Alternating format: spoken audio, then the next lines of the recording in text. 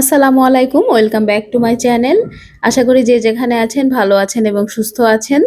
বর্ষার ইলিশ বাসায় নিয়ে আসছে, তো ইলিশের ২ টা রেসিপি রান্না করেছি। তো সেটাই আপনাদের সাথে শেয়ার করতে যাচ্ছি। আশা করি যে যেখান থেকে দেখছেন ভিডিওটি ভালো লাগলে অবশ্যই লাইক করে চ্যানেলটিকে সাবস্ক্রাইব করে রাখবেন। এই যে সকালে উঠে কচুরলতিগুলো কেটে নিচ্ছিলাম। কচুরলতি দিয়ে ইলিশের মাথা দিয়ে একটা রান্না করব। কচুরলতির সাথে ইলিশটা তো খুব ভালোই যায়। আর অনেকেরই খুব পছন্দের একটি খাবার। তো এই যে সবকিছু কেটে ধুয়ে গুছিয়ে নিয়েছি। আর এদিকে মাছটা যে সাইজের ছিল, এই সাইজের মাছগুলোকে রিং পিস করলেই ভালো হয়। তো সবগুলো আমি রিং পিস করে নিয়েছি। আর লেজ মাথাটা কচুলতি দিয়ে রান্না করব। আর এদিকে রিং পিসগুলোকে লবণ হলুদ মাখিয়ে রেখে দিব সাইডে। আজকে আমি এই কাঁচা মাছটায় রান্না করব। ইলিশ মাছ ভেজে রান্না করলে পুষ্টিগুণটা কিন্তু নষ্ট হয়ে যায়।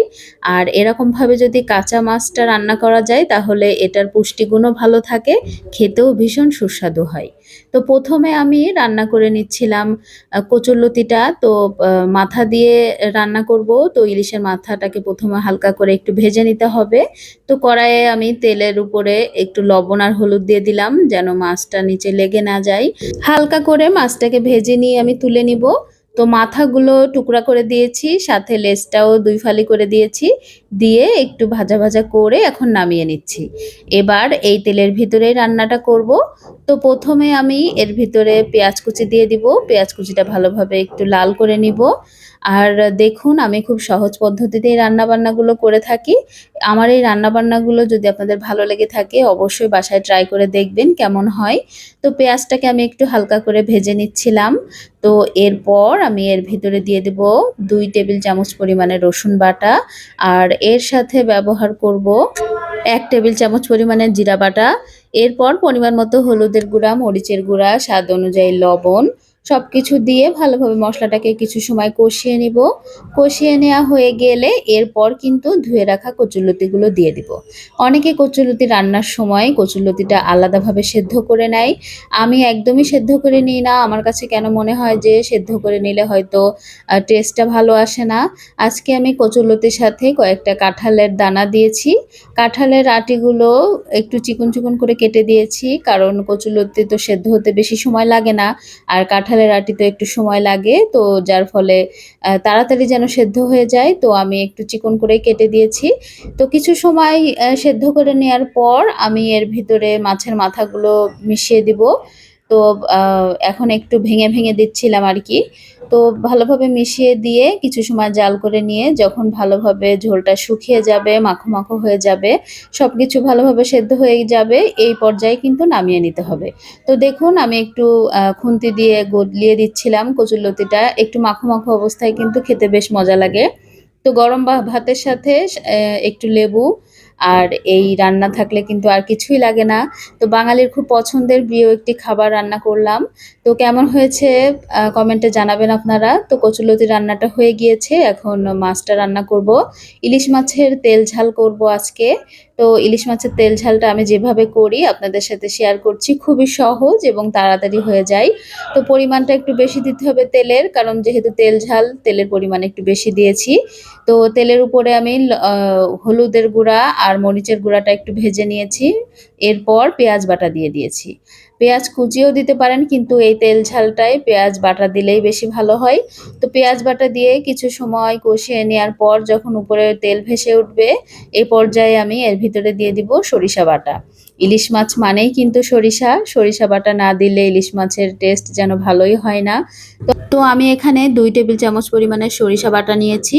আর একটা বাটিতে বেশি করে পানি দিয়ে ভালোভাবে গুলিয়ে নিয়েছি। আর এখন একটি ছাঁকনির সাহায্যে এগুলোকে ছেঁকে দিয়ে দিব। একদম কড়াইয়ের ভিতরেই আমি ছেঁকে দিয়ে দিচ্ছিলাম। তো এটা ছেঁকে দেওয়ার কারণ হলো এই যে খোসাগুলো বের হয়েছে সরিষার, এই কালো খোসাগুলো তরকারির ভিতরে থাকলে মানে গ্রেভির ভিতরে থাকলে কিন্তু খেতে ভালো লাগবে না। তো সেই কারণেই আমি এটাকে ছেঁকে খোসাগুলো বের করে নিচ্ছিলাম। তো দেখুন কতগুলো খোসা বের হয়েছে।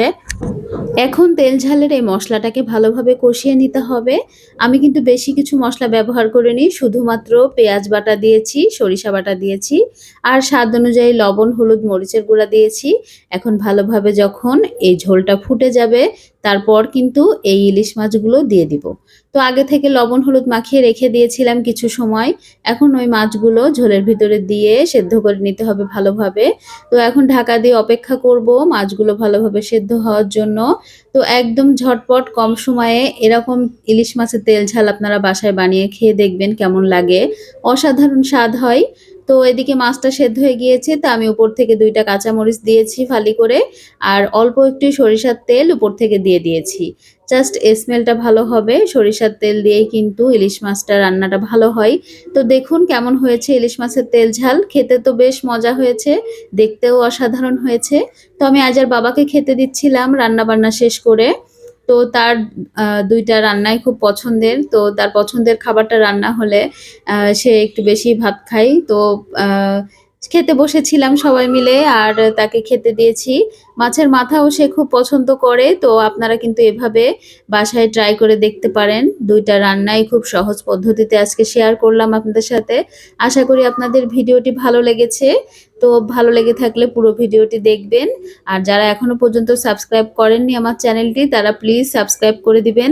আর যারা অলরেডি সাবস্ক্রাইব করেছেন তাদেরকে অনেক, অনেক ধন্যবাদ জানাচ্ছি। এতক্ষণ পর্যন্ত কষ্ট করে আমার ভিডিওটি দেখেছেন যারা, তাদেরকেও অসংখ্য ধন্যবাদ জানাচ্ছি। আশা করি সবাই ভালো আছেন এবং সুস্থ আছেন। এই বর্ষায় এরকম ইলিশ রান্না করে খান। খুবই মজা লাগে। নিজেরাও খান, বাসার অন্যদেরকে নিয়ে উপভোগ করুন।